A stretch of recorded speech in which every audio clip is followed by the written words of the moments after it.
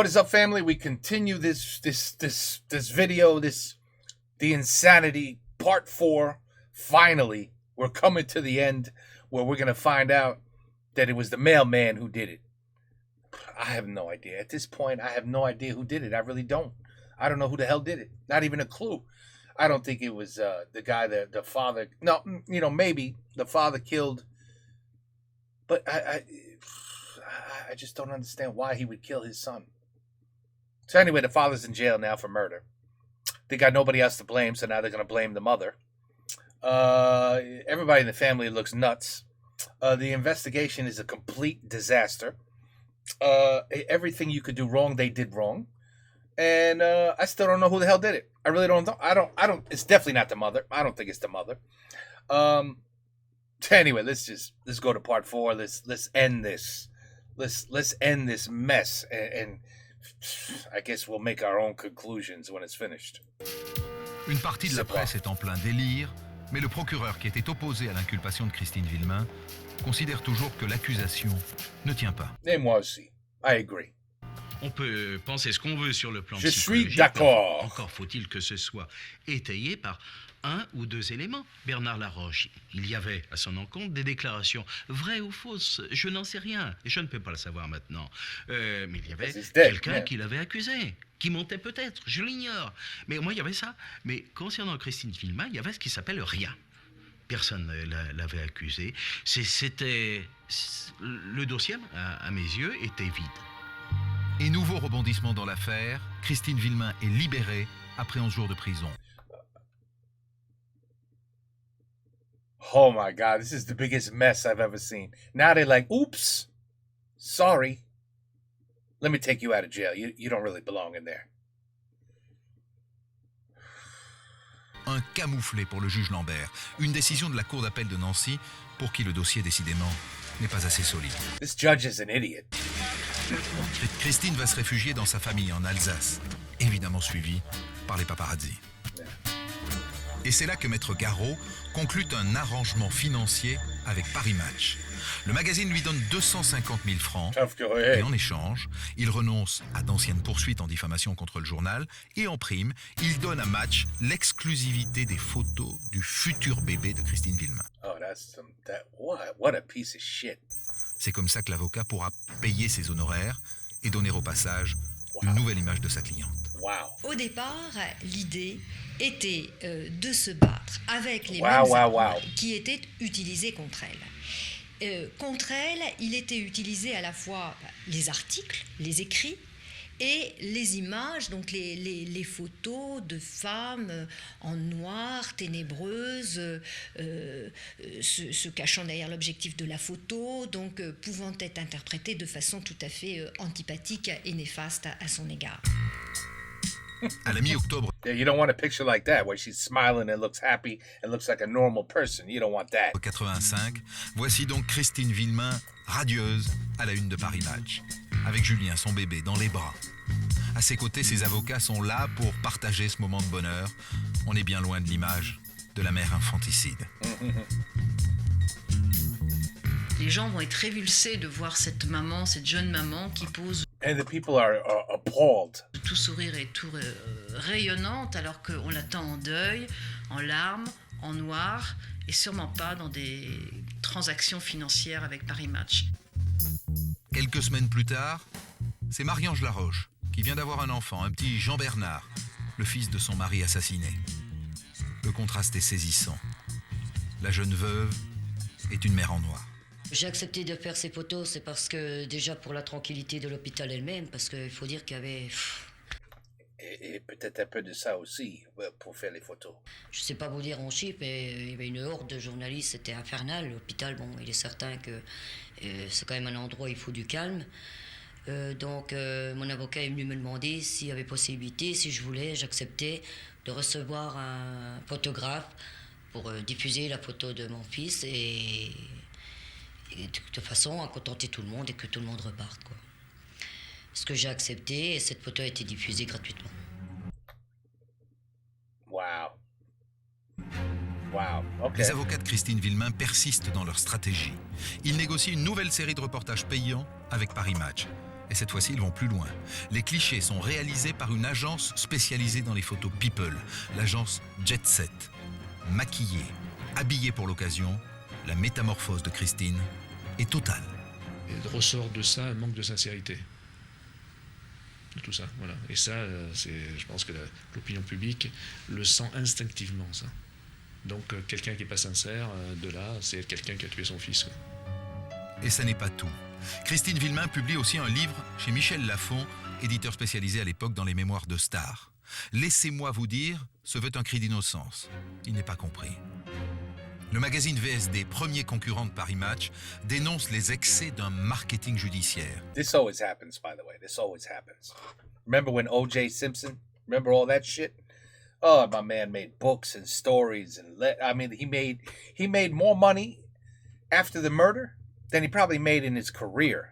Like, it was insane the amount of money. No, that's a little exaggerating because he did make a lot of money. But I'm just saying he made a ton of money off all the journalists, off the stories, off the news anchors, off the TV channels, off the books offered. This always happens. C'est triste, man. This always happens. Then they want to tell their side of the story. Well, weren't you in court? Didn't you do that already in court? Oh, you want to do it again because... Okay, I got it. Christine Villemain a fait un best-seller pour s'enrichir. Les gens ne sont pas dupes, ils voient bien que tout ça est fabriqué, tout ça est factice, que tout ça pue l'argent. Mais l'argent, les Villemain en ont besoin pour se défendre. Ils vont avoir au bout du compte 1,7 million ou 8 de francs, je parle en francs, de frais d'avocat. Voulez-vous qu'ils les trouvent ? Il faut bien à un moment donné qu'ils trouvent l'argent quelque part. Ils sont obligés de se défendre, donc eux, ils sont dans un système dont ils ne peuvent pas sortir. Les avocats de Christine Villemain voulaient changer l'image d'une mère infanticide, mais en faisant d'elle la vedette des magazines People, ils sont arrivés à l'effet exactement inverse. L'hebdomadaire anglais Sunday Times écrit « Elle est devenue la femme la plus haïe de France ». Ooh. Ooh. Haïd. That's a weird... Haïe de France. Haïd means hated. Haïd. I would have just said détesté. Haïd. Okay. Yeah, I have to remember that the next time somebody says je t'haïd, I'll be like, what? You hate me? Why? Well, okay. Maintenant quoi? Now what?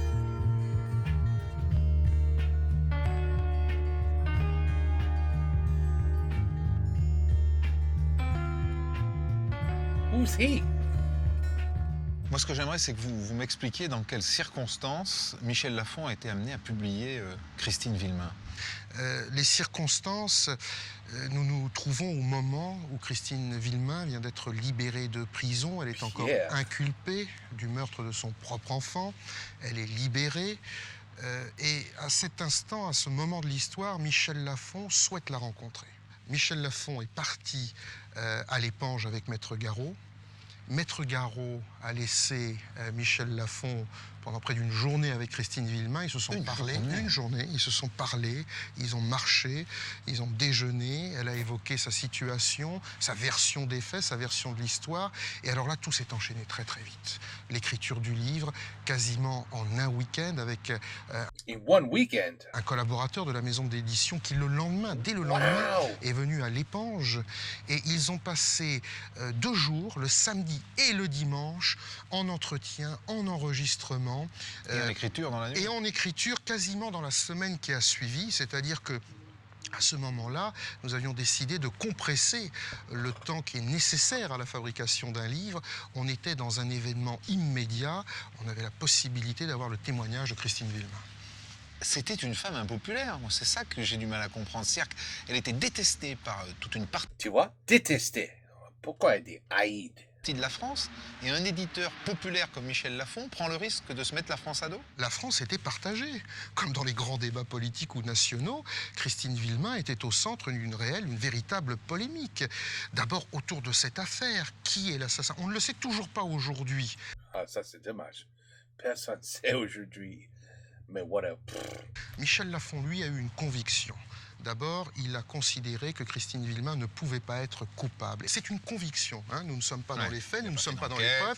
Il n'a pas fait d'enquête. On est d'accord que c'est tout à fait novateur, ça, pour un éditeur. Bien sûr. Dans ces années-là. Parce que depuis, évidemment, ça fait jurisprudence. Ce qui était une nouveauté, c'était d'aller directement, en effet, vers le témoin d'une histoire et lui donner directement la parole. Ce qui pouvait poser beaucoup de problèmes, et notamment, et il y a eu ce problème qui s'est posé, des juges en ont fait la remarque, pas seulement des juges dans la région de Nancy, mais aussi à Paris. La remarque était de dire, attention, vous vous substituez à la justice. À cette époque, la question n'était pas de se dire, Christine Villemain est-elle coupable ou pas, parce que là, en tant qu'éditeur, nous pensions à juste titre que c'était un personnage exceptionnel dans une affaire qui dépassait tout ce qu'on pouvait imaginer.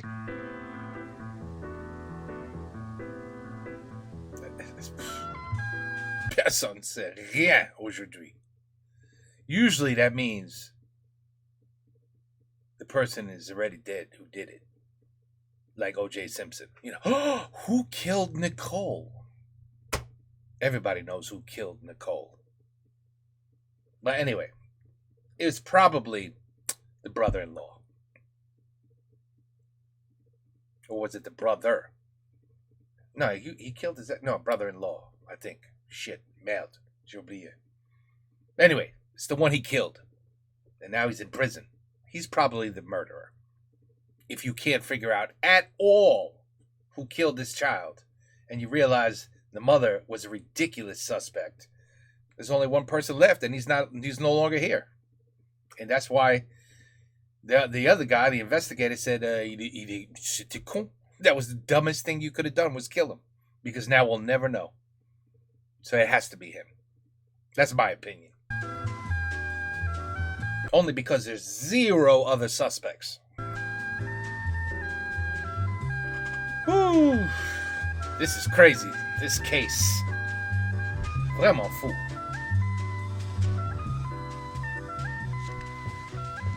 No, now what?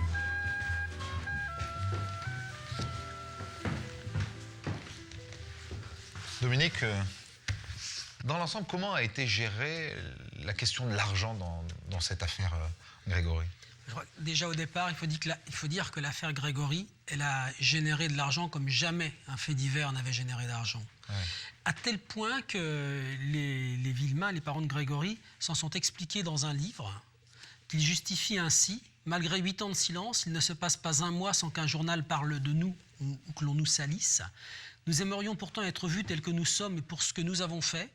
C'est pourquoi nous avons décidé de mettre toutes les cartes sur la table, nos souvenirs, notre douleur, notre amour, nos lettres et même nos livres de comptes.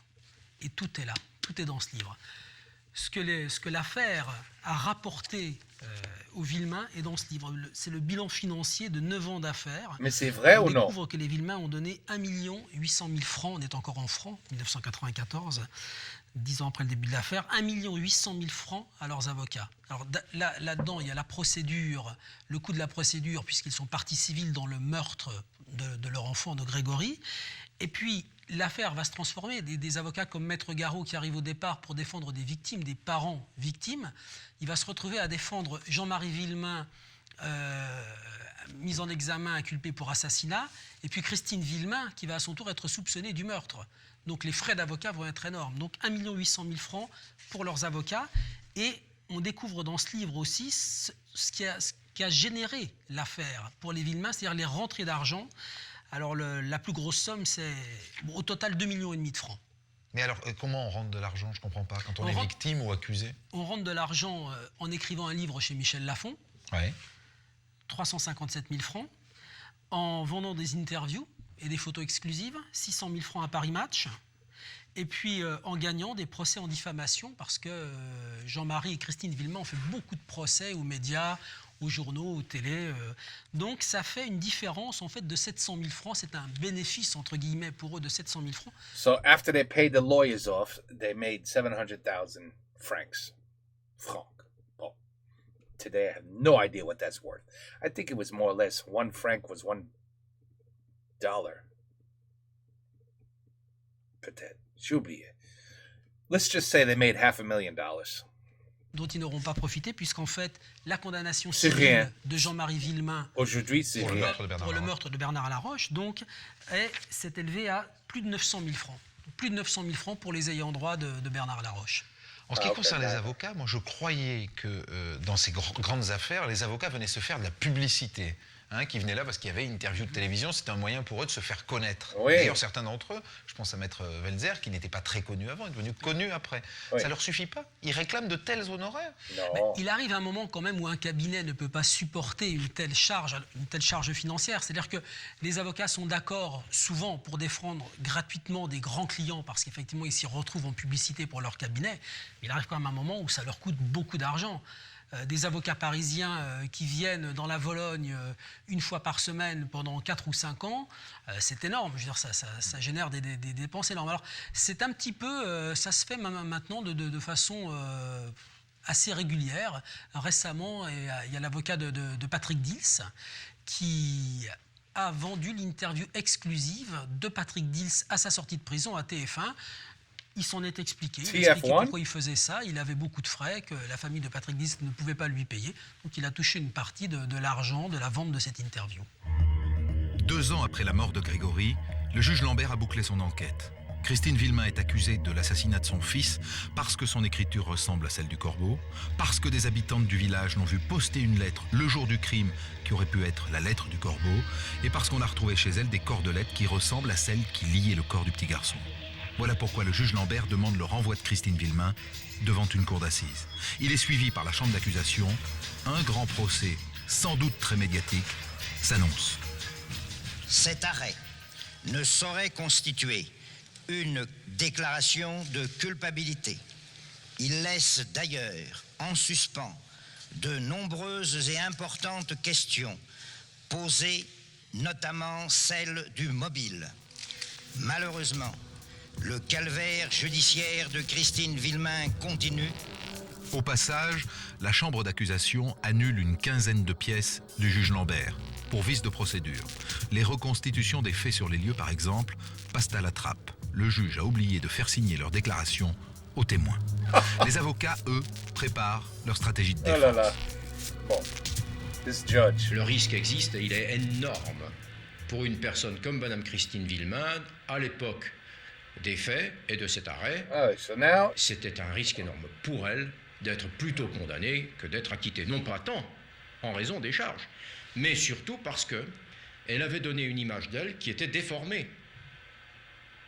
Et rien ne me dit que cette déformation de son image aurait été rétablie en quelques jours de cour d'assises. Rien ne me le dit. Maintenant, le renvoi aux assises, être renvoyé devant les assises pour Christine Villemain, c'était l'innommable. C'était, pour elle, c'était une décision terrible. Et d'ailleurs, peu de temps après, elle a malheureusement fait une tentative de suicide. C'est dans cette maison, chez sa grand-mère à Petit-Mont, que Christine Villemain a été trouvée ce matin, inanimée, après avoir abusé de barbiturique. Transportée dans le service de réanimation de l'hôpital de Lunéville, il semble que ses jours ne soient plus en danger. Christine Villemain a envoyé une lettre d'adieu à son avocat. Elle est innocente, elle veut aller rejoindre Grégory. Elle ne supportera pas le procès.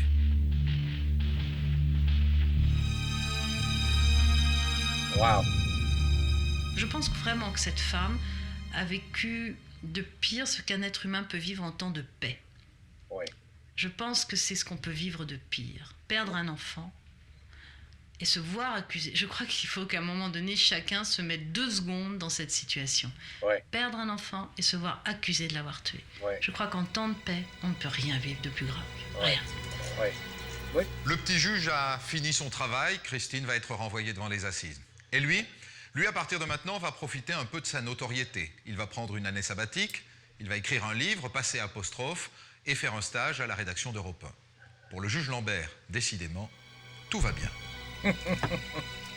Pour Christine Villemain, l'éclaircie vient de la Cour de cassation. Fait exceptionnel, la Haute Cour casse l'arrêt de renvoi aux assises. Elle annule aussi plus de 300 pages d'instruction pour vice de forme. Toute l'instruction est à revoir. Je pense, j'en prends la responsabilité, que les hauts magistrats de la Cour de cassation, qui ont approché ce dossier et qui l'ont examiné attentivement, se sont dit, il y a tout de même un doute sérieux. Un doute que l'on n'a pas encore véritablement, à ce stade-ci de l'information, éradiqué. Les hauts magistrats décident alors de confier le dossier à la cour de Dijon. L'affaire Grégory quitte les Vosges et ses passions. Je pense qu'ils se sont dit qu'il lui fallait une chance d'une instruction plus riche en investigation et menée avec plus de sérénité par un professionnel. Ce professionnel s'appelle Maurice Simon. Il préside la chambre d'accusation de Dijon. Il allait partir à la retraite mais décide de différer son départ pour diriger lui-même cette enquête. Il ordonne un supplément d'information. Changement de méthode dans l'instruction et avec la presse, changement de ton. La rupture est totale. Il nous met carrément à la porte de l'affaire, c'est-à-dire qu'il impose à tout le monde un secret de l'instruction rigoureux, aux avocats, aux inculpés, à toutes les parties, et plus personne ne va songer à violer le secret de l'instruction. On passe d'un extrême à l'autre. On passe de la cacophonie au silence le plus total. C'est l'anti-Lambert. C'est-à-dire qu'il ne disait rien. Il souriait, mais il ne disait rien. Monsieur le juge, qu'est-ce que vous attendez de cette reconstitution? Allez, bordel. C'est-à-dire, on ne peut pas juger avant. Sur le terrain, le président Simon reprend l'enquête comme au lendemain du crime. Il organise 3 journées de reconstitution, interroge à nouveau tous les témoins, survole la vallée en hélicoptère et auditionne longuement Christine et Jean-Marie Villemain. À la veille de Noël 87, le juge fait un geste. Jean-Marie est libéré, après 33 mois de détention préventive. Il est interdit de séjour dans les Vosges. Encore. Le couple s'installe deuxième fois dans les Saunes. They have no clue. No clue. Des années plus tard, dans leur unique interview télévisée, Christine et Jean-Marie diront que le juge Simon leur a redonné foi en la justice. Il nous laissait parler, je veux dire, devant nous, on avait un magistrat, il nous posait une question, mais il ne nous coupait pas, il ne cherchait pas à vouloir, à dire, à nous faire comprendre, non, vous mentez, ou chercher ce qu'il ne fallait pas à côté. Lui, il nous laissait parler, il notait scrupuleusement tout ce qu'on lui disait. C'est-à-dire, là, la première fois, j'ai eu un homme qui me parlait en respectant ma douleur. Jamais on a respecté notre douleur. Et là, quand il m'a dit qu'il ferait tout ce qui est en son pouvoir pour faire la vérité, j'avais vu un homme vraiment prêt à tout faire, quoi. C'était pas que des paroles, c'était dans le regard aussi. Et là, j'ai repris confiance. Le couple se retrouve. Oui. C'est peut-être l'occasion pour nous de... Is he out of jail? D'évoquer quand même la force du lien qui est entre cet homme et cette femme. Si ce couple n'avait pas été lié, s'il n'avait pas été soudé, eh bien c'en était fini d'eux. Et on sait souvent, certains se sont moqués de mon excellent confrère Garot lorsqu'il parlait « mon petit couple ». Eh bien, il avait raison, Henri Garot, il avait raison. C'était vraiment un couple, et c'est toujours, au jour d'aujourd'hui, c'est toujours un couple lié, soudé, qui s'aime. Les Villemain sont à nouveau réunis, mais voilà que le juge Simon semble basculer à son tour dans la malédiction de la Vologne. Le plus sensationnaliste des magazines, Détective, publie une interview du juge, soi-disant exclusive. Le bordel que ça a fait. Par mes joyeux confrères qui sont montés au créneau tout de suite en disant que c'était un scandale, que le juge Simon donne une interview, que quand j'ai vu tout le ramdam que ça faisait, j'ai eu très peur d'avoir fait quelque chose qu'il ne fallait pas faire. Cette interview est en réalité une conversation informelle, enregistrée à l'insu du magistrat par le journaliste. Réécrite ensuite sous forme de questions-réponses par Détective, elle donne le sentiment que le président Simon dérape et trahit à son tour le secret de l'instruction. C'est vrai que cette mise en scène de ces quelques propos recueillis auprès du juge ont tué l'affaire. Ça a tué l'affaire. Du jour où cette interview est sortie, il est devenu le personnage à abattre, d'autant que dans le papier, on lui prêtait des propos sur l'innocence de Christine Villemain. C'était la première fois que ces choses-là étaient dites. Et c'était intolérable. Car le magistrat a effectivement acquis la conviction de l'innocence de la mère de Grégory. Et si ça n'est pas elle, alors c'est lui. C'est Bernard Laroche. La piste Laroche est relancée. Ses avocats sont furieux et s'en prennent au juge d'instruction. Celui-ci a eu très peu de temps après une plainte pour violation du secret de l'instruction, et ça a été quelque chose de terrible pour un magistrat qui, pendant 42 ans, avait respecté le secret de l'instruction. Et il a fait un infarctus le surlendemain de cette assignation, et il ne s'en est jamais relevé. Cette attaque cardiaque laisse Maurice Simon très diminué. Il doit lâcher l'enquête. Il mourra peu de temps après, laissant le travail inachevé. Le nouveau président de la Chambre, Jean-Paul Martin, est le 3e magistrat à hériter du dossier Grégory. Il poursuit dans les traces du juge Simon et décide d'entendre la nouvelle propriétaire de la maison de l'Épange, Charlotte Conrot, qui l'a rachetée aux Villemain à l'été 86. Madame Clodon, une fermière voisine, lui aurait confié un secret. Le jour et à l'heure de l'enlèvement de Grégory, elle allait chercher ses vaches en voiture avec un ami quand elle a croisé une voiture verte près de la maison des Villemain. Elle a vu cette voiture avec 2 personnes dedans. Now you're going to say this? What? Now you want to say this? D'après les journaux, les magazines, elle a dit ça c'était Monsieur Laroche. Il avait le même pull et puis les moustaches et les favoris. Elle a dit ça c'était le monsieur que j'avais vu dans la voiture verte le soir du tram. Les enquêteurs retrouvent l'ami de la fermière, un certain monsieur Collin, qui n'avait rien dit jusqu'ici. Et il confirme les faits. Il montre même aux gendarmes l'endroit exact où il a croisé la voiture verte le 16 octobre. Mais c'est ici, sur cette route étroite entre la ferme des Clodons et la maison des Villemain. Il donne aussi des détails sur les occupants du véhicule. Monsieur Collin voit dans la voiture le conducteur en la personne d'un homme corpulent et une femme à la place avant droite, aux cheveux roux. Voilà ce qu'il voit. Madame Clodon, pour des raisons incompréhensibles, refuse de répéter son histoire de voiture verte devant les gendarmes. Et les enquêteurs pensent que d'autres témoins se taisent. Les gens ont préféré se taire plutôt que de se retrouver à la une des journaux. Ils se sont dit, si je parle, je vais me retrouver sous cette bordel de... sous les projecteurs. Et I wouldn't want to be in it either. C'est ça le gros problème. Pour le juge Martin, l'heure est venue de clore le dossier d'instruction. Et il écrit: il existe des charges très sérieuses que Bernard Laroche ait enlevé Grégory. Enlevé, peut-être. Mais tué, il n'a pas le début d'une preuve. Laroche est mort. L'enquête s'arrête là.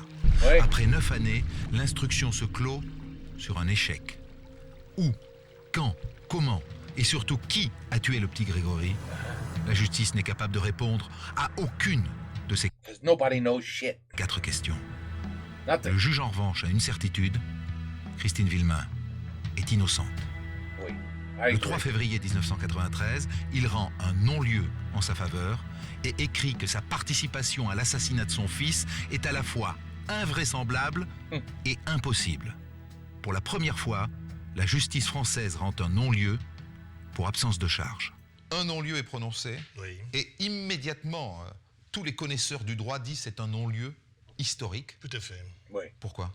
Parce que non seulement il est demandé par toutes les parties en présence, mais encore et surtout, il intervient non pas pour charge insuffisante, il n'intervient pas au bénéfice du doute, mais il intervient pour absence totale de charge.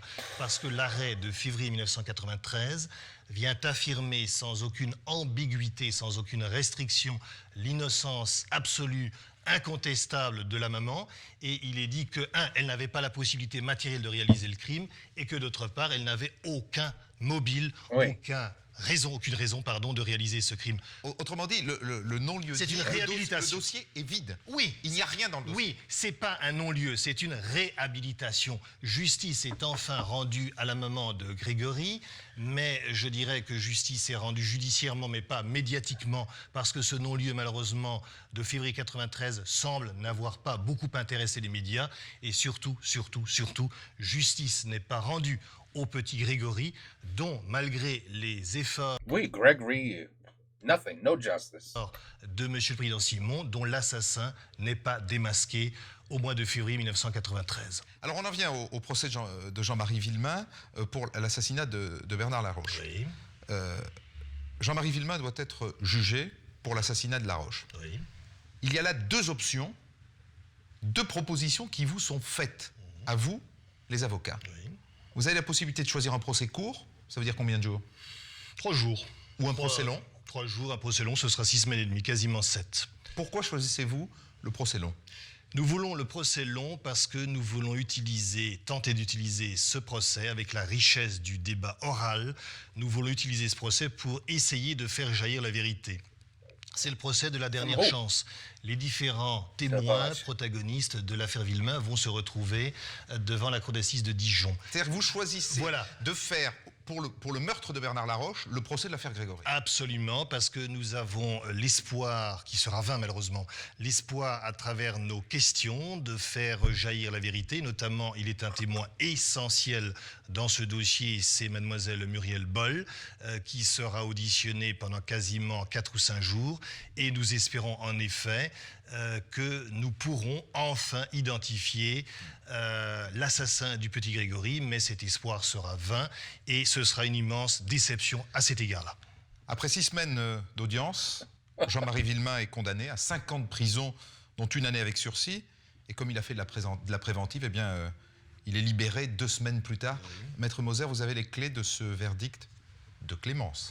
C'est un verdict de clémence, c'est un verdict d'apaisement. Il a tué la cour d'assises. Il a tué un père de famille. Oui, absolument. La cour d'assises a été, je crois, très remarquable. La cour d'assises a dit à travers ce verdict qu'on ne doit pas tuer. Tuer est interdit par la loi et par la morale.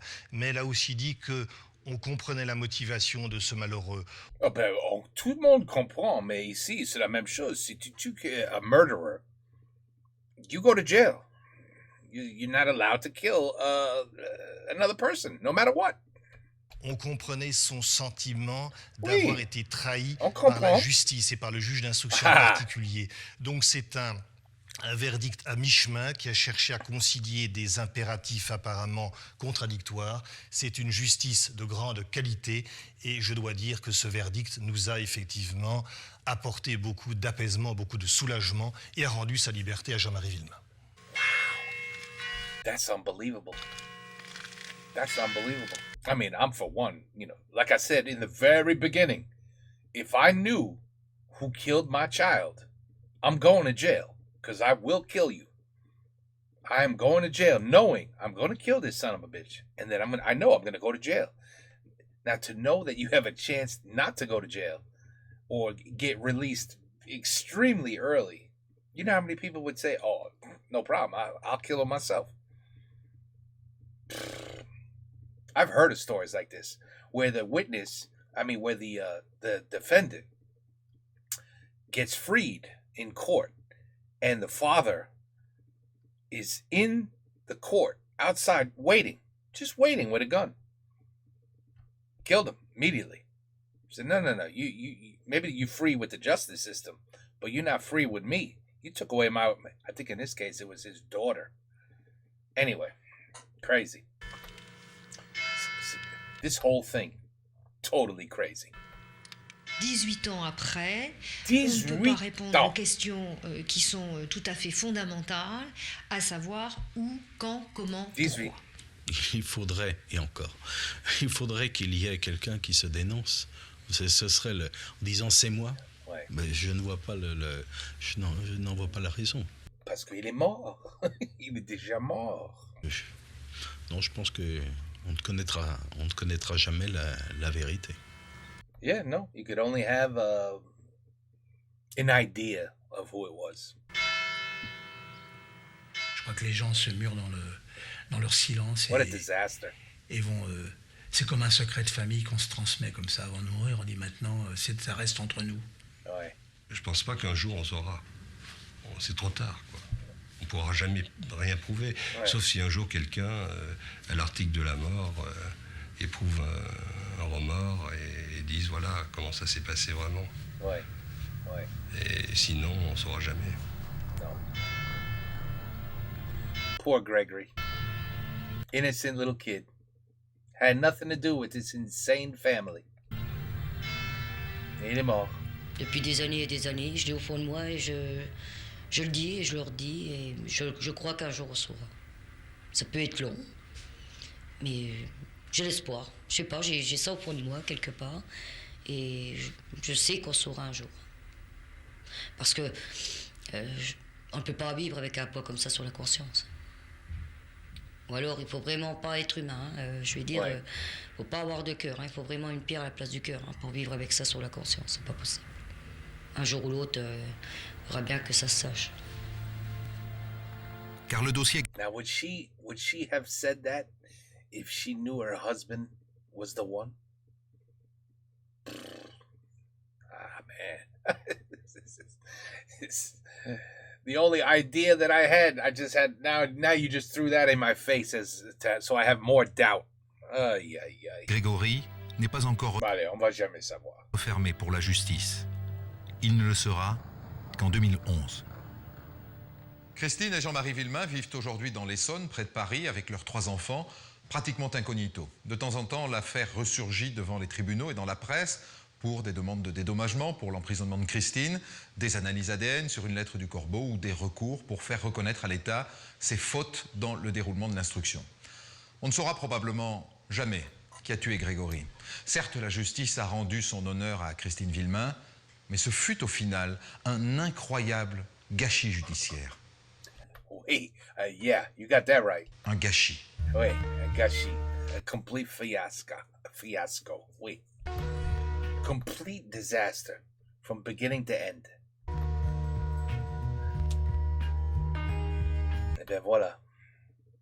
2-hour video finished in 4 parts.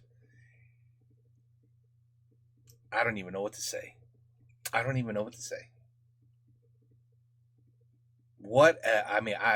know.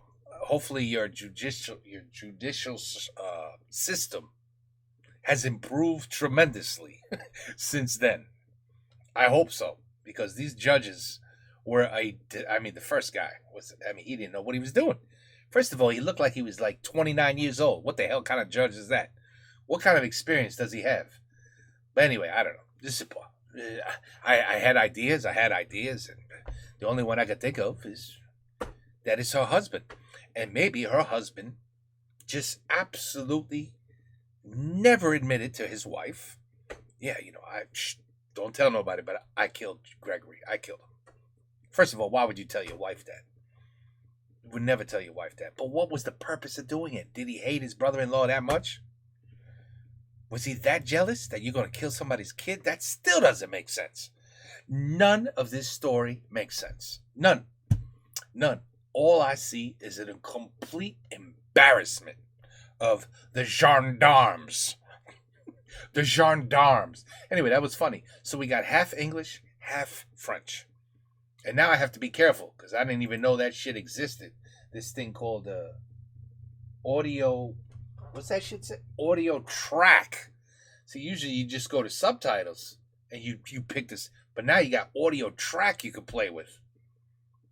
Got to be careful with that. I didn't even know. I was like, it never made sense. The first two, part 1 and part 2, I'm like, why is there an English narrator when they're speaking French in the background? So weird. Well, anyway, sorry about that. The whole thing should have been in French. But anyway, so now we got, half and half. You guys got to learn some new English words. And the second half, I get to learn some new French words. Voila, tu vois? So it's all good for everybody. But anyway, voila, the video is completed. Ooh, the true crime investigation.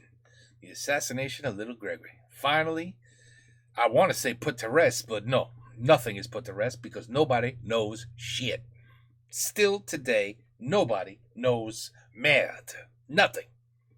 Anyway, interesting video. Take care, peace out, have a good one, and à la prochaine.